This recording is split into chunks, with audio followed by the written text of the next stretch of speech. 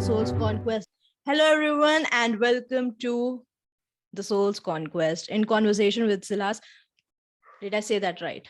I always. It's okay. Close enough. I get all types of pronunciations. I get Silas, I get Silas. It's Silas, but Silas. Close enough. You know, I always forget because I always get confused. Okay, hi. Thank you so much. It's like stylist without the T. Ooh, yeah. I think that might help me remember it, because I always end up mispronouncing and I'm just like, oh no, what will the world think? What will you think, basically? But yeah, hi, hello. Welcome to the Soul's Conquest. I genuinely want to thank you from the bottom of my heart, because we have been thinking about this. We wanted to do this, and here we are. So super excited to have you here. How are you doing today? I'm doing great. Thanks for having me. Awesome. You know what? A lot of us, like, I know you very well. A lot of people on Facebook might know you, but I want you to introduce yourself to the listeners of this podcast who might be hearing from you for the very first time.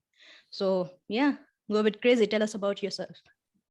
Yeah, absolutely. So my name is Silas Kim. I am the co-founder of Atlas Assistants, and Atlas Assistants is a virtual assistant hiring agency, right? So we help coaches, consultants, service providers find qualified virtual assistants.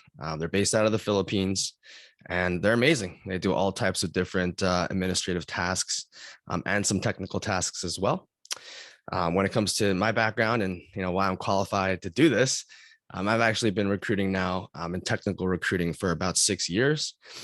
So I've been in industries like pharmaceutical advertising most recently. Prior to that, I recruited for engineering, IT, and clinical research. And then in my most recent role prior to doing this full time, I actually helped double headcount at a digital marketing agency, which ultimately led to a acquisition at the end of 2020. And then decided to go out on my own and do this. Damn, that's impressive. So I have two questions off of that. The very first being, why VAs, right? Like, why was this the thing that you wanted to do based off of your experience in hiring and managing? Yeah, so the reason we started, and I say we, I started this company with my brother, and the reason we started it and focused on VAs in particular is because we noticed that there are a lot of entrepreneurs out there that are really good at what they do, not so great at hiring. And then, of course, there's two aspects, right? Not great at hiring, and then not great at letting go of the actual work that they have to give to that person that they hire. So we thought, okay, why don't we go out and help them actually find these virtual assistants, right? I can apply the skills that I have. And we also have some really awesome virtual assistants internally. And we see the opportunity, we saw the opportunity, and we took it. And that's where we've decided to kind of start. So this is a little bit of a springboard, right, into the next thing, which we're actually in the process of building, and we've actually started building as well. So we have another sister company as well that helps recruit for all operations talent. So whether it's like a junior project manager all the way up to a COO level hire. So really trying to cover the entire spectrum of the back office administrative or operations support, and having those people there to essentially free up visionaries to think, right, and do the deep work that they want to do and bring their vision to the world. Wow, that's wonderful. That's genuinely wonderful. And I have another bunch of questions off of it. But before jumping into that, I want to ask, why Filipinos in particular? So it's a common place, right, that people will find, a lot of entrepreneurs will find their virtual assistants from. There's actually a lot of good data behind how trustworthy they are, how hardworking they are, and really all those, right, the different adjectives that you would want to throw up there, right? They're really just very, very good at what they do. They follow instructions very, very well. And of course, going back to what I mentioned before, we also have our virtual assistants internally out of the Philippines as well. So we've seen kind of the output firsthand and thought, okay, why don't we just focus in one place? And then eventually one day, we could branch out into other places and bring on other people. But Yeah, Philippines just happened to be a good start, and so that's why we chose Philippines. That makes a lot of sense. Uh, I wanted to ask you this. So you said that you wanted to open up time for the visionaries to do the deep work. Could you take a deeper dive into that? Like, have you experienced that aspect of it personally that made you want to work on this and focus on solving this particular problem, or have you seen this happening a lot of times? What was that like? Where did it come from? Sure. So in my last role, when I was I was the sole in-house recruiter at a digital marketing agency, Damn. right? So Yeah. when I got there, we were right around like 25 people. And then when I left, closer to about 50. Now, when we were finding those people, right, a lot of the times we were looking for high level senior people to come in. But as a small company of 25 people, those people would then come in and then they would have to do all the junior level work on top of the senior level work. Right. So they didn't really have the time to do the deep work and to really think as much as they could have because they were too busy, renaming files, trying to upload the files, trying to find them, trying to send calendar invites and all of those things. And I realized, right, hey, if that's a problem inside of a 7-figure company that's been around for 20 plus years, then a lot of solopreneurs are probably dealing with similar type of issues, right? And I faced the same thing when I started doing this full time. Luckily, I just have an amazing virtual assistant, so it's easy for me to say, well, why don't you just hire a virtual assistant, right? So um, another part of that is virtual assistants in general will help entrepreneurs really buy back some of that time, right? The easiest way to think about it is you got an entrepreneur, or really anyone for that matter, making 100K a year, right? US dollars, right? That's $50 per hour for an hourly rate, right? You're not paying a virtual assistant $50 an hour, right? But if you're making 100K, $50 an hour, you're spending many hundreds, if not thousands of dollars doing administrative tasks Mm. that can be easily delegated to someone else.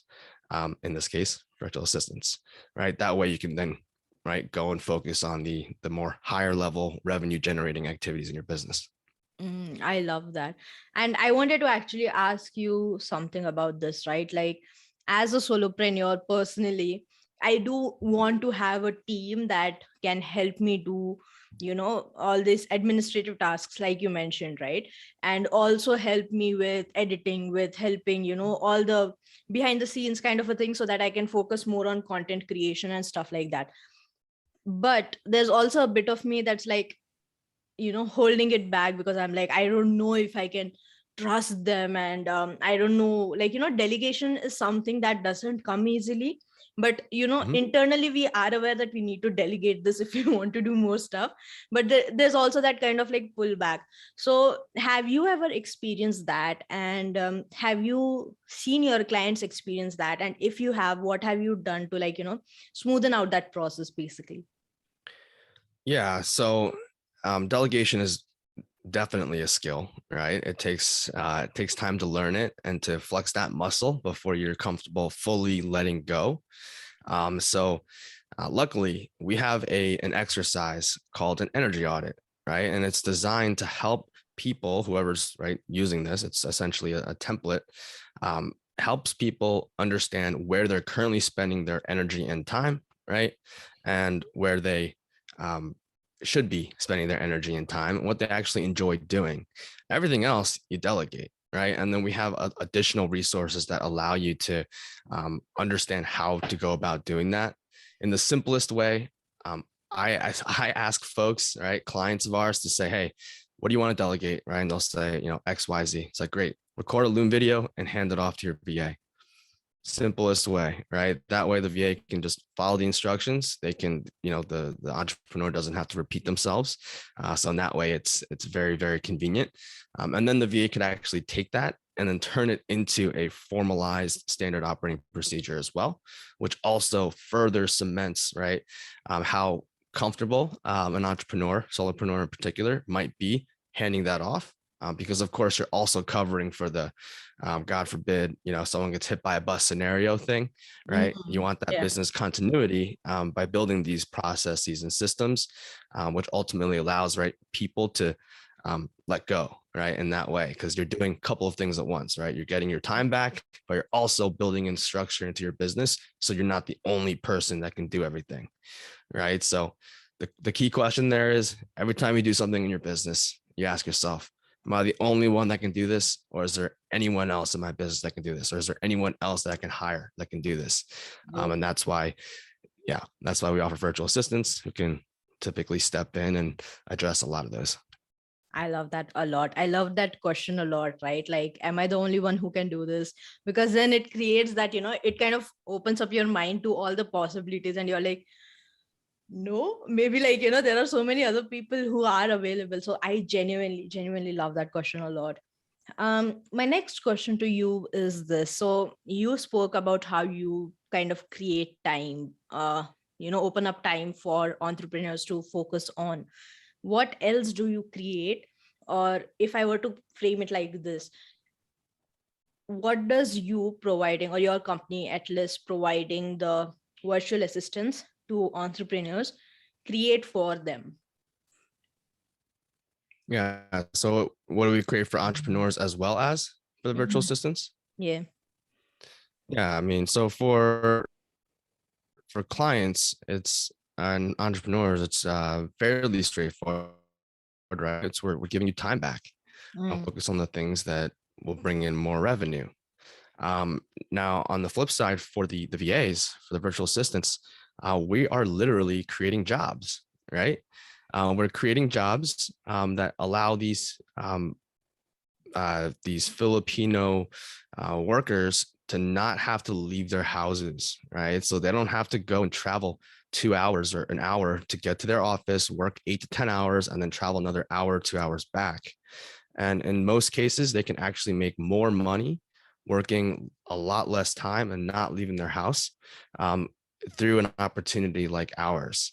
So we've been able to help people add additions to their homes. We've helped people buy new computers, right? All types of different things. And so for me, that's extremely rewarding. And yeah, so we're creating opportunities, we're creating jobs. And then on the flip side, of course, we're creating further opportunity for saving money, right, for entrepreneurs, as well as potentially going and bringing in more money. So we're creating abundance is the short answer. I love that. I love that so much. And, I genuinely appreciate that you focus both sides of the spectrum. So you focus not only on your clients, but also on your team and team members. And that's extremely important. Um, may I ask, what is the importance of you creating abundance for both your clients and your team, like your VA team, basically? Yeah. So just in general, the mission of the parent company, right? So Atlas Assistance is part of 1MT, and 1MT stands for 1 million transformed. And so we took that and we're applying it now to Atlas as well, and just adding one piece. So it's 1 million transformed hours, right? And so really what we're trying to do here is we're trying to transform million hours of time that entrepreneurs can then take and reallocate elsewhere, right? So ultimately, if we can create or transform those 1 million hours, right, entrepreneurs, then in turn they can go and they can transform other people's lives, right? Especially because for us, I mean, a lot of our clients are coaches, right? Folks that are in the transformational industry. So for us, if we can take off more of the routine, mundane, repeated tasks off of their plate, then they're freed up to then go and essentially generate more abundance for themselves. And I mean, who doesn't want abundance, right? Right. I know that's what I want. So that's why I'm out here trying to create the same opportunities for others. I mean, especially because I'm in a place now where I have an amazing virtual assistant, right? He does a lot of everything, which frees me up to then have conversations like these, build more things or SOPs, templates, resources, do research, right? All types of different things so I can better serve the clients as well as the VAs. Yeah, I love that. That is so powerful. And, like, I love that part, like, who doesn't want to create abundance? So that was really awesome. Can you share a bit about your journey? Like, how did you start? Like, you have spoken bits and pieces about this in the previous answers, that you used to hire and manage, like, but like, go back and start from the beginning. If you were to start, where would, which was the triggering thing that led you to all these things here right now? Uh, I don't even know where to start there. So for me, when I was in college, I took college very, very seriously. I didn't have any internships. I didn't work or anything. I just did school. And that was my main thing, was just to get really good at school. And I did really well. But after graduation, I didn't really have opportunities because you need some sort of experience, right? All I had was a GPA, right? Ultimately, I landed in a job that I was told would be a combination of like marketing, sales, recruitment. I'm like, oh, awesome. I get to get a little bit of everything. It's just recruiting, which is totally fine looking back now, because that got me started on my journey. And that's when I realized, right, when I got into that job, that I was actually doing a lot of stuff in college, because I was the president of my fraternity. So I had to go and recruit people to join. And so when I got to that first job, I realized, wow, okay, this isn't so bad. But after about a year or so at a small company, it was like 5-10 people maybe in the office. I went to a $15 billion staffing firm. So they had processes, systems, and metrics, lots and lots of them, right? Where they were measuring every single thing you were doing. And I did succeed there too. I did well, right? I helped pharmaceutical companies find hard to find talent. But then after I left there, and then I was actually poached to my latest position where I helped them grow as well. That's when I figured out, I was like, okay, I actually do understand, how to do this, right? I understand how to hire people and bring them into organizations. And so that's what ultimately led to, to this, to what I'm doing now. And branching out as well to the sister company as well. And I'm really just trying to help entrepreneurs rather than helping established massive pharmaceutical giants, right? Just make even more money. Instead of that, right? We get to help coaches and consultants and solopreneurs and, lean teams continue to hire, which for me is a lot more rewarding than, just like a faceless, company that we're just serving. So, Yeah. yeah, does that make sense? It did. It did. It did. It definitely did. And I have a question off of that. So, what made you want to focus on entrepreneurs, on coaches, on the little underdog, if you were to say it like that, as Mhm. opposed to the big companies? What made you want to kind of focus there? Yeah, it kind of just happened, mostly because, like I mentioned, right, the reason that we even got into this was because we realized that a lot of entrepreneurs are just not great at hiring. It's a skill, right? It's a whole skill to go find talent, interview them, put together a whole process and do all of that.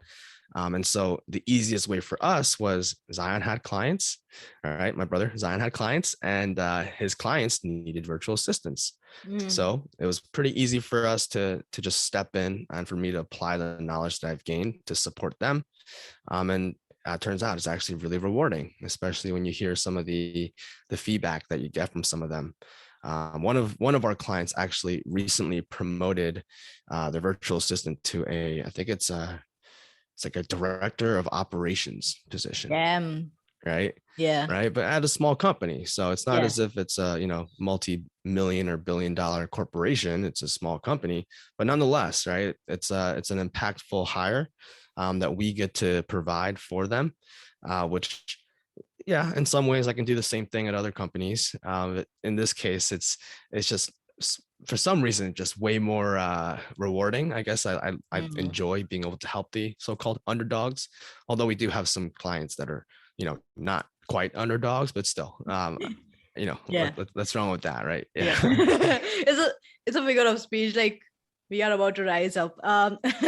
My Okay, so this is such a delayed question. I should have asked this to you in the very beginning, but for those of us listening and who are still not aware of who virtual assistants are, how would you define them? Yeah, virtual assistants are essentially remote professionals that can do just about anything. So for us, we happen to focus primarily on administrative tasks. So they're more or less administrative assistants, right? So they'll handle things like calendar management, so scheduling, email management, data entry, um, all those tasks that are fairly mundane, repeatable, but they're necessary, right? They are tasks that just need to happen in the business for it to function properly. And so there's, of course, other virtual assistants out there that can do all types of other technical skills. So there's web developers, there's designers, there's all types of other talent. Although for us, again, primarily we happen to focus on the administrative professionals. But yeah, they can really do anything. So they're just remote. Rather than hiring someone within the states and potentially bringing them on full time and covering all the other expenses. For us, yeah, essentially just have a contractor who can come in, whether it's part-time or full-time, and handle and really own parts of the business. That's wonderful.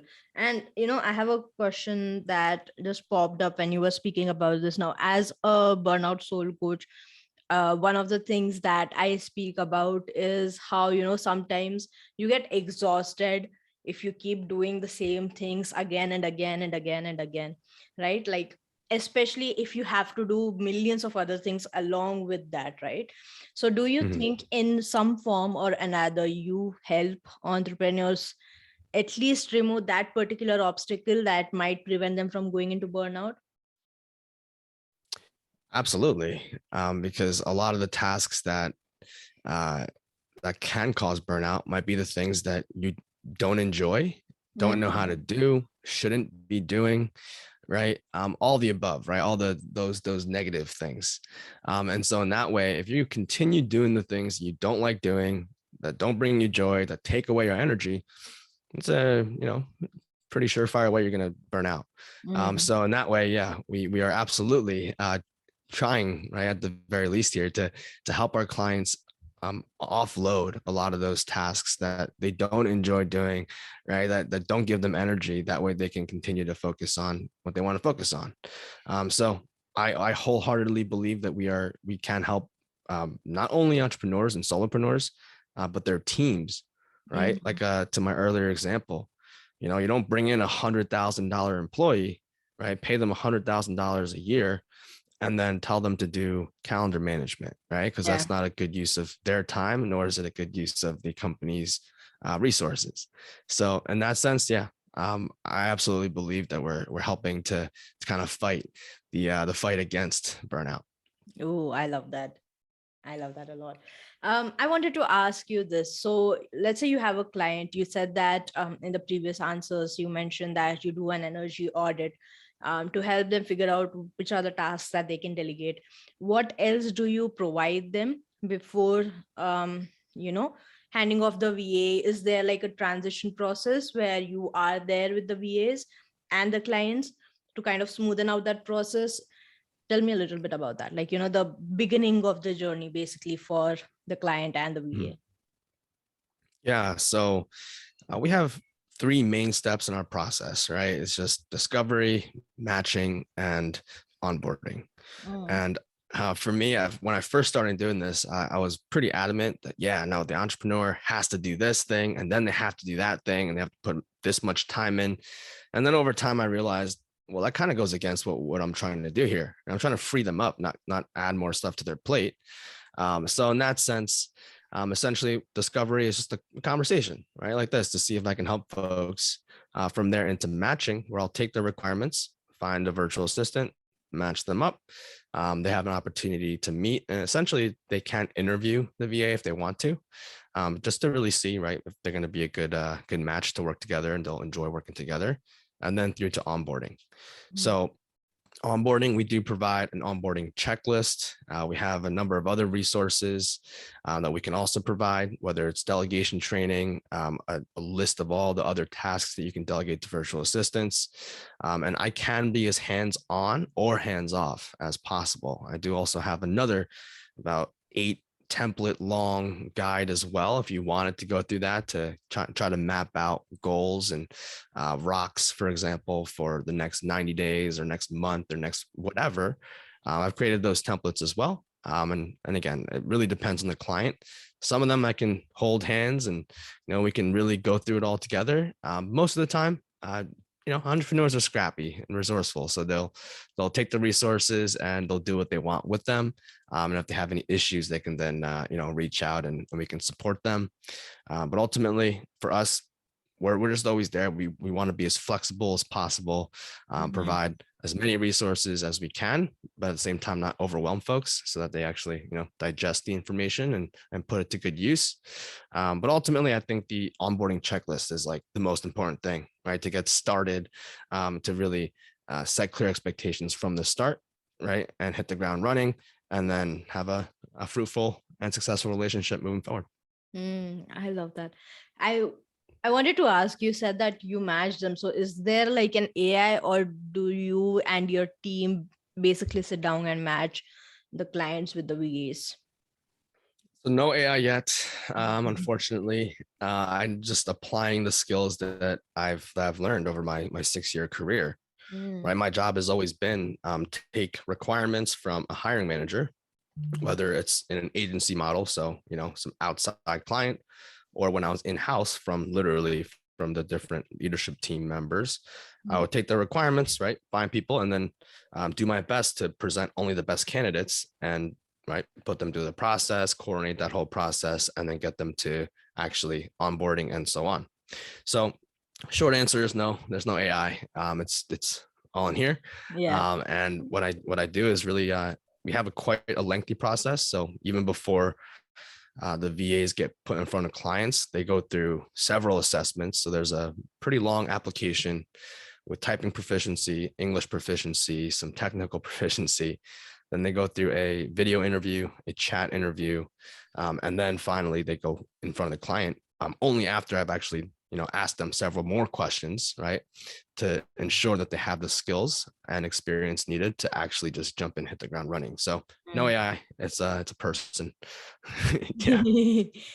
And I wanted to ask you this. So what would be some tips that entrepreneurs need to know before hiring someone into their team? What, if you could share any tips, like, 3 tips or something along those lines. Yeah. Well, I mean, the simplest one is resources, right? Do you have the time, energy, and finances, the money, right, to actually hire someone, right? So that's the one thing. Would be resources. The other thing would be vision. Right? If you're unclear on what your vision is, then how can you enroll someone into your vision? Right. And the two are tied, right? Because even if you can't pay someone what they might be able to earn elsewhere, if you can enroll them into your vision, you can get some serious talent without having to pay, ridiculous amounts, right? They're totally worth it. And don't get me wrong. But in this case, it's how do you get people that you might not be able to hire otherwise if you didn't have a clear vision, right, into your organization and get them up and running. So resources, vision, and then of course some sort of hiring roadmap or roadmap and process, right? Because you need to know who to hire, when to hire them, and then when you actually go and try to find people, what's that process look like, right? Is it just a phone interview and then they get hired? Or is it a phone interview followed by a in-person interview, followed by an assessment and so on and so forth? So there's a lot that goes behind it. It takes quite some time. And I know this because I've done it. I had to help build processes and then rebuild processes when COVID happened and we're working from home. So, right. I've seen all types of things, but there's resources, vision, and lastly, it's process and systems. Yeah.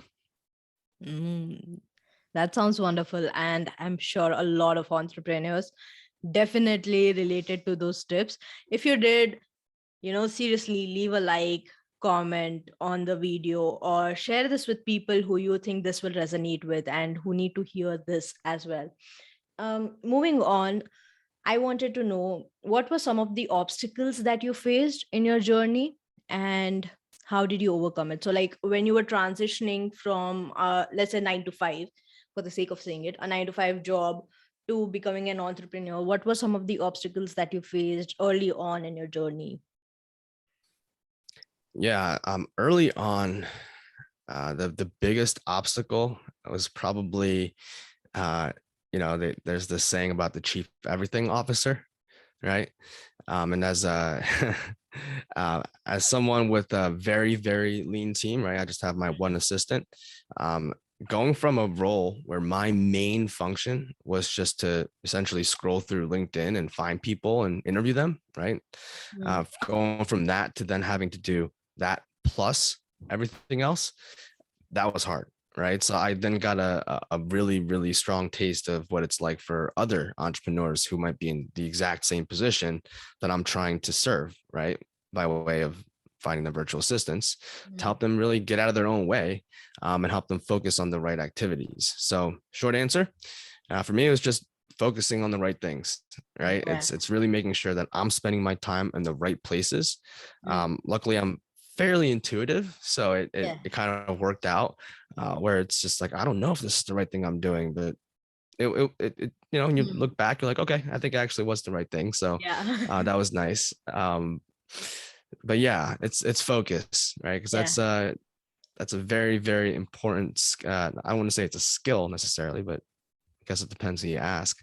But yeah, focus. Focus was the biggest thing, and knowing how to prioritize. Mm. And like, is that something that has continued in your journey, right? Like to where you are right now, or has that, as those two aspects, have they shifted, or have you added any more qualities, if we were to call that, into your skill set basically? Yeah, I mean, my skill set has shifted dramatically. It went from just being primarily recruiting, and actually did some sales as well in my previous role. Uh, Going from that to doing literally, operations, marketing, sales, everything. That was a little bit challenging.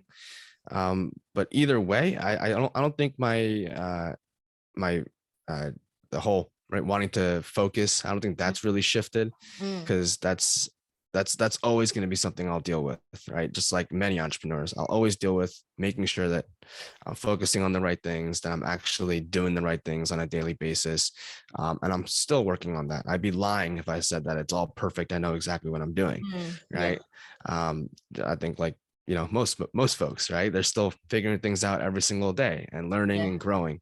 Yeah. But lately for me, I've been also been thinking a lot about automations, right? And how I can help, essentially, um, have VAs go in and help automate some of these tasks as well, which might be cannibalizing my offer a little bit. But that's okay. If I can Yeah. make a greater impact, then Yeah. that's what I'm here for. I love that. What would be your tips for new entrepreneurs who are starting their journey right now? What would be your tips for them to focus better and prioritize better based off of your I think, experience? yeah. I mean, I think a lot of it starts with, um, being very clear on your vision, right?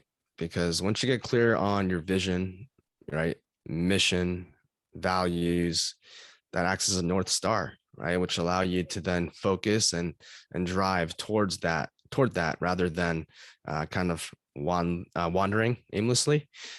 So it just be getting very, very clear on what those things are, and realizing, of course, there's the whole ikigai thing, right, where it's something that you're right good at and that you can actually make money doing.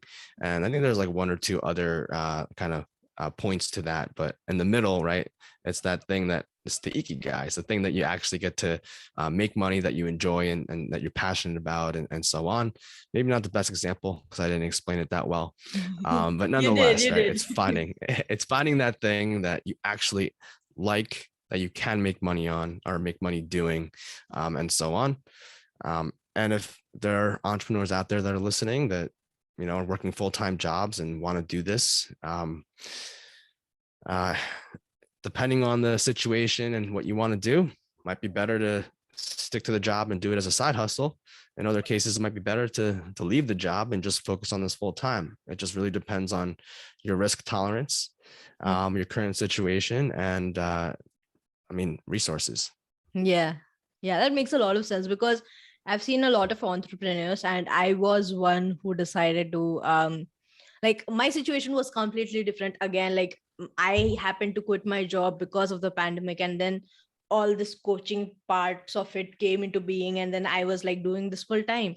But that is some really good advice, is to stick to the job and do this as a side hustle, and then bring your focus into it if you see good results happening. Because I've seen a lot of people just jump, right? Like, they're like, never mind, we are just going to jump.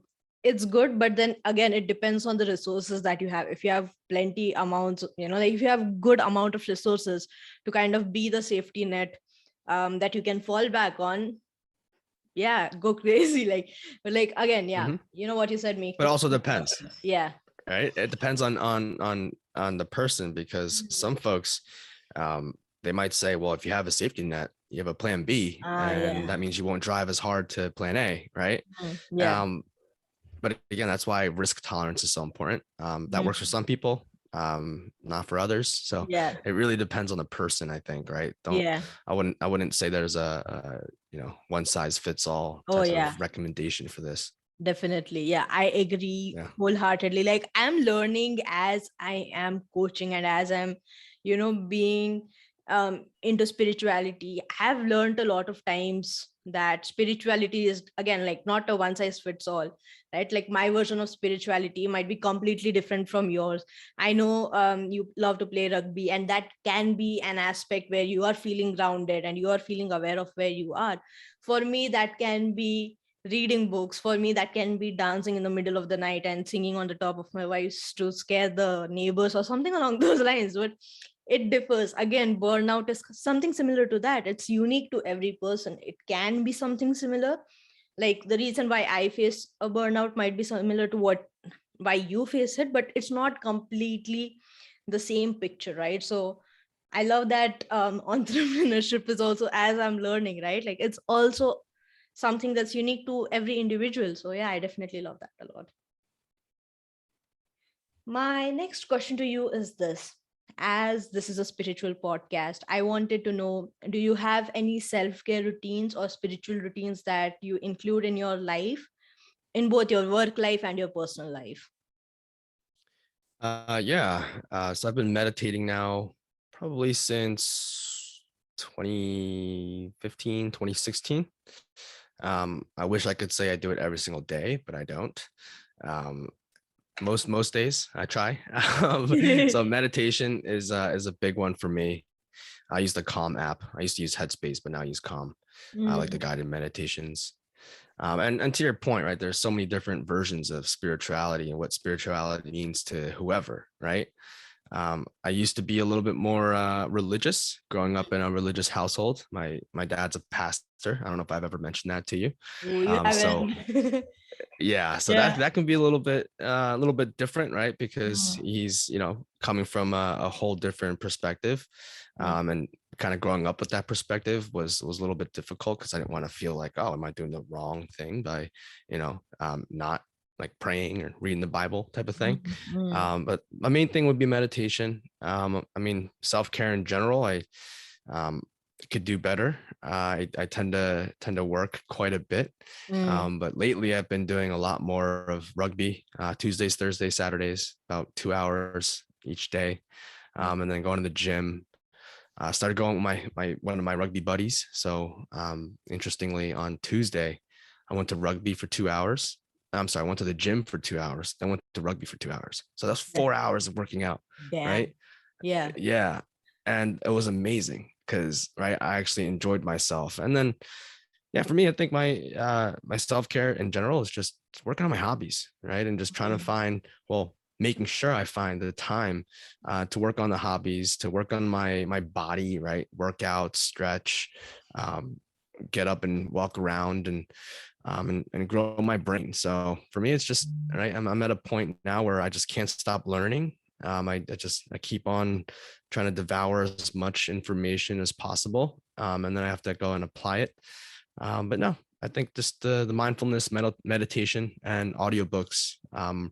For me, I think audiobooks are almost like a meditation as well, especially when I'm driving and I just like zone out, listen to the audiobook. Yeah. But yeah, meditation and Yeah. everything else. I would say though, don't zone out while driving because that sounds scary as hell. Like, Yeah. yeah. I know what you mean. Because there have been times where I've been walking around while listening to audiobooks and I've been so engrossed that I have like walked way ahead of where I was supposed to go, and I'm just like, hold on a second, where am I right now? So Yeah. yeah. My next question is this: what has been your soul's conquest, and what is shaping up to be your current soul's conquest? So how else could you rephrase that question? Because when I think about it, I'm like, Yeah. what's an appropriate answer for that? So I would say this. I'm sorry, my dog is literally behind my table shaking it like, give me attention. No, go Yeah, to that's okay. sleep. So I would say it like this, right? So when I think of a soul's conquest, it's kind of like this. If you have ever played video games, it's like you have the main quest, but you have the side quests that gives you the resources. Let's call it that. Like battle equipment or healing potions and stuff like that. That helps you in the main journey. So when I say soul's conquest, is basically like, what are you currently working on that will help you live your life better, if that makes any sense? Or I'll rephrase it if it didn't. Yeah, I mean, let me take a stab at it, right? So Go for it, like there's no wrong one, right? So right. yeah. So for me, so the question is, what's one of my soul's conquests, right? Yeah, And how's what that shaping up my current? so what has been your soul's conquest in the past? Something that you had to focus on, some kind of a thing that you were focusing on. Let's call it a goal. What was a goal that you were focusing on in your past, and what is something that is currently shaping up to be another goal? And when I say goal, like the biggest goal that you can think of in your present situation. Yeah. So for me right now, my biggest thing is obviously the business. It's just to grow the business. But Yeah. on the side, I am such a nerd. It's a little bit painful. So I've been exploring all types of different tools, technologies, and softwares, which can be a massive time sunk. But I just enjoy it. I don't know why. Like lately, I've been spending a lot of time on ClickUp, right? Because I want to learn how I can essentially transfer that information to the VAs or to my clients, right? So a lot of the times I try to think about whatever I'm doing, how can I bring it back to the business? But then of course there's the personal things, right? Like all the different hobbies, like fitness, right? Like working out, rugby, longboarding, right? All these different things. And then of course, on top of that, there's all the content and creative layers like filming, photography, right? And the video editing, the whatever editing, photo editing, right? All of those things. And so for me, it's they're almost all related. And like it's like I make these decisions based on intuition. Yeah. But then when I reflect back, I go, I think I'm actually made the right decision by learning how, like my audio setup, right? My video setup, my lighting, right? All these things are things I just learned because I was curious, right? About it all. And then it's coming to a point where it's all intersecting, where I'm like, oh, wow, I get to actually apply skills from all these different parts of my life in a way where I just feel like I can be, once I unlock a few other things, kind of get out of my own way. I think I'll be an unstoppable beast, but I'm working towards that. Right? Is just how do I bring it all together and and really just move forward and just express myself and actually be myself and just enjoy life, right? But right now and up until now, it's just been just learning as much as I can. And then of course there's a teaching aspect. I actually wanted to be a teacher when I graduated college. And then Zion's like, dude, just go into business. You can be a teacher anytime. I'm like, all right, that's fair. So here we are. So yeah, so it's like learning and then being able to teach, I think, is a short answer, right? Because that's kind of where I come from. It'd be really cool if I can help people by learning one thing that I'm interested in and then share that with someone else, and I can help impact other people's lives. That's awesome. That's what I'm available for sure. Yeah, I love that. And in a way, I feel like I wouldn't want to assume, but I do think that in a way you probably do mentor a lot of your VAs that you onboard on your team, that then go on to be parts of other teams. So in a way, I do think that you are teaching a lot of people, and that's wonderful, right? Like, you never know where that moment of spark comes from and what that moment of spark is for someone else, right? So yeah. I do have two questions from your previous answer, and one of them is, would you say that your business, at least from your personal perspective, is intuition driven mostly? Because you have mentioned that word a couple of times in this podcast, so I wanted to know.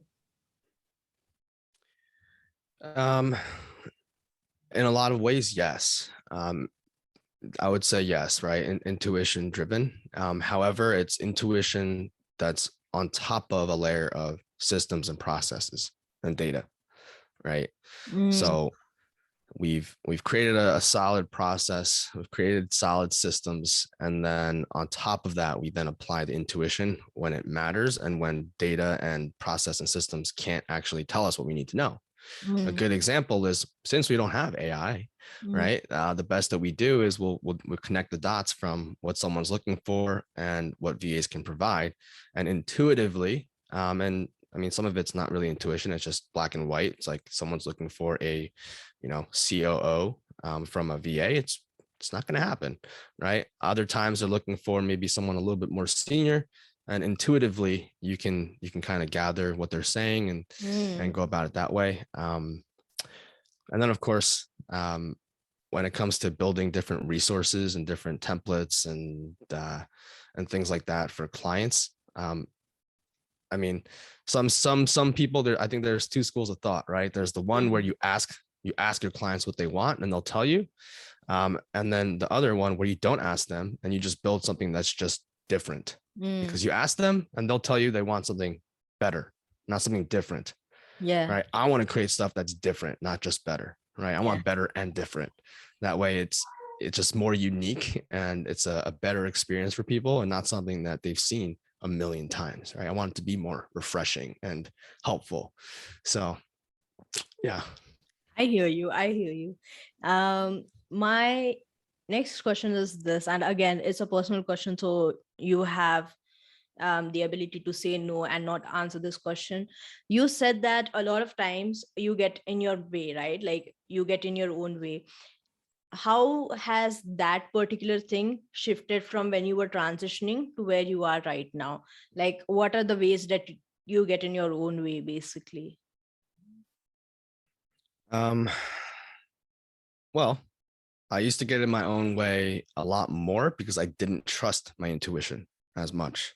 It's taken time, experience, and just time and experience, right, to finally get to a point where, well, I mean, I was also told several times by people that I know that, like, Silas, you're really intuitive, right? So it took that kind of validation for me to finally realize, like, oh, okay, maybe I am that because you told me that.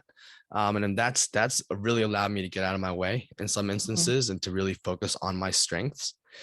So it's not an easy journey to go down, right? Of self-exploration and really figuring out kind of how to get out of your own way. But for me, when I made that transition from the corporate world to kind of the entrepreneurial world, for me, a big thing was just realizing that I got to trust myself more. Right. I Yeah. know a lot more than I give myself credit for. And the perfectionist thing, just like we were talking about before, that is so real, right? The Yeah. perfectionist in me, the imposter syndrome, all the above, right? They all continually come up. And that's when it's important to really ground into your mindfulness, meditation, and spirituality practices, and then trust yourself, right? That's Mm. what allows me, at least, to get out of my own way and just focus and allow myself to grow. Mm. But in the past, yeah, I've allowed myself to play small, but now that it's 2022, it's time, right? I got uh yeah, I gotta Yes. step it up. I hear you. Oh my gosh. And I just want to mention this to any entrepreneur who's starting out right now. You will face imposter syndrome and perfectionism come up at every single point of your journey, right? Not only when you're starting, but like way into a couple of years down the line, when you're going to start something new and it's going to be something important, you are going to have that come up for you, and that's completely normal. So I just wanted to put it out there, right? Because a lot of people think that if we were at that particular level in our life, we wouldn't be facing situations like this. But it's a different scenario. It's a different kind of an imposter syndrome that comes up for you. Then it's a different there's a lot of different stresses and pressures for you to be perfect when you are at that particular point of time in your life. And I don't say this to scare you, it's just a reality, and it's the same thing that helped you in the past that's going to help you in the future with a few tweaks and a few different tricks and stuff like that. Yeah. Mhm. What are your thoughts on that, Silas? Yeah, no, I think you're absolutely correct. Like every every entrepreneur ultimately is a human, Mm, right? And yeah. most humans tend to deal with those things, I think, right? Um, I'm not sure. I mean, I think there are some people that aren't as um Mm, focused on perfectionism, and they're more focused on just getting things done. yeah. All the power to them, right? And I'm working toward that too. Yeah. So for those that are listening, right, it's, hey, if you really have a high risk tolerance, you don't care if things are perfect, and you like to take massive action, entrepreneurship is a good path to go down, for sure. Yeah. But just gotta, yeah. So it's just important to obviously, again, have a clear vision, right? Know where you're going, where you want to land, Mm, and so on. So I think you covered most of it in what you said, for yeah. sure. It's tough to generalize, but I think Mm, between you and I, we can relate and say, yeah, you're gonna see a lot of these, things, especially fear, right? Because there's a yeah. lot of fear in Mm. entrepreneurship Yeah. that you're gonna have to deal with. Yeah. Yeah.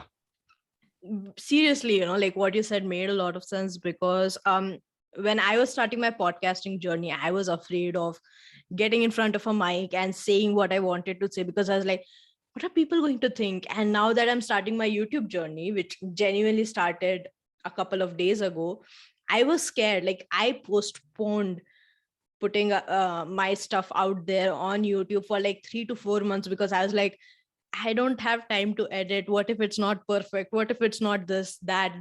And I was just like, you know what? I'm just going to put it out there and we'll see. But getting till that point took 3 to 4 months. So definitely fear has different faces, I think, at different points of time in your journey. So yeah, I resonated with that. Yeah, for sure.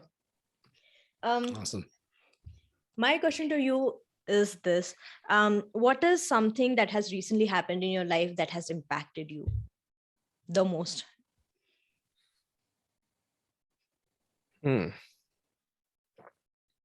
Something that's happened to me that's impacted me the most. Oh, um, I would say it's just being able to, yeah, getting into the container, right, Mm, of with a lot of these coaches, yeah. right? So in the past, probably 2021, well, starting in the end of 2020, Mm, up on and through 2021, um, I've had the chance to spend time with lots of coaches, mm, whether it's the kaboom crowd, or whether it's folks that are just right in Zion Circle, some of his friends out in San Diego or in Austin, or when they were vacationing out in Mexico as a crew. Yeah. I've had the opportunity just to be around some amazing people, and to really understand, excuse me, why, right? Why coaching even exists as an industry. Because I think there are a lot of people out there that don't really know what coaching is. It's still Yeah. fairly new, although it is absolutely taking over, and Yeah. it's a billion-dollar industry that's only going to grow. For So sure.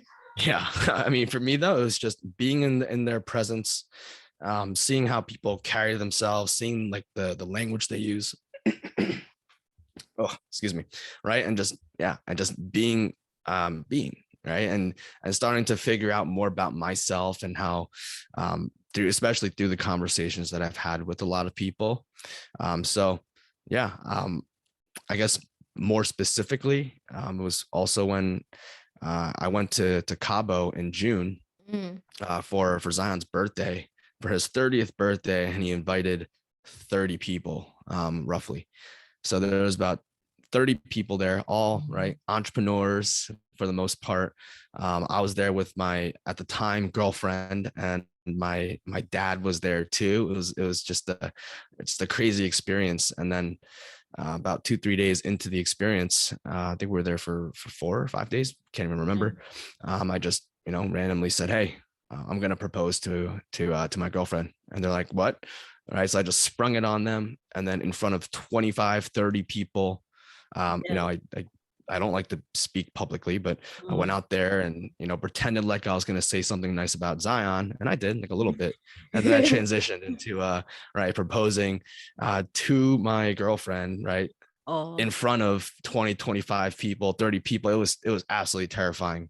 But just being in that, right, in that space, and being with those people, it just didn't feel like as nerve-wracking as, I guess, as it could Mm. have, because Yeah. I knew that the energy was just so strong and so pure around me, and it made me feel comfortable enough to do it, even with people I just met like 2 days ago watching. Mm. um but yeah, that was it's kind of a long answer, but yeah. No, it wasn't. I loved it.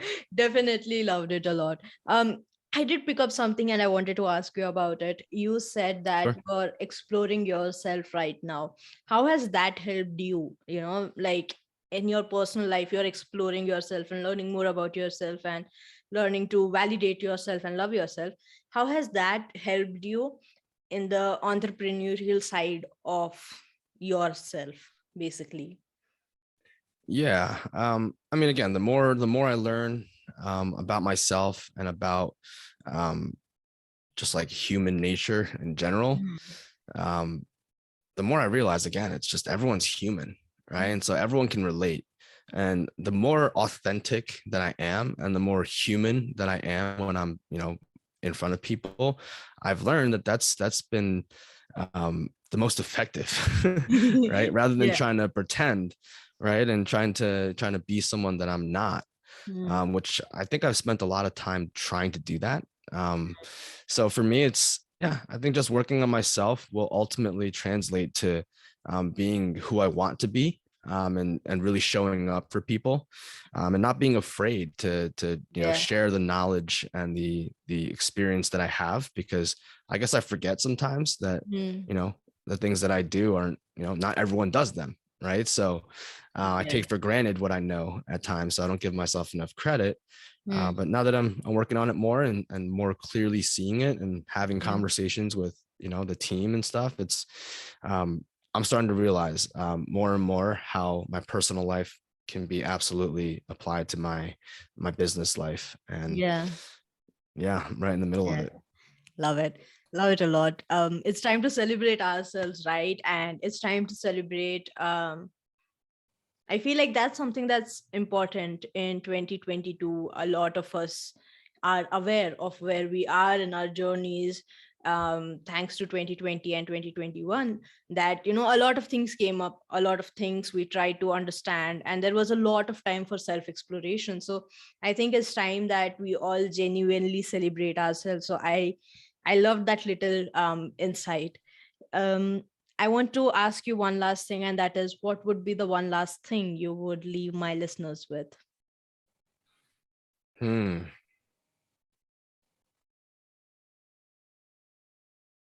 Hire virtual. I'm just kidding. You can say that. You can say that. No. I'm not that. Self-focused or whatever word I'm thinking of here. So yeah. I would say you don't have to carry the weight of the world on your shoulders. Right? You just do not have to carry the weight of the world on your shoulders, because I do that. I literally am sore back here because it feels like I'm literally holding the weight of the world on my shoulders. But it turns out there's people out there that can help you accomplish your goals, achieve your dreams, do all the things that you want to do in life, while at the same time you can change their lives, right? And I mean, this way, I'll be self-serving for sure, right? VAs, if you really think about that, right? A lot of VAs really enjoy a lot of these tasks that entrepreneurs absolutely hate doing.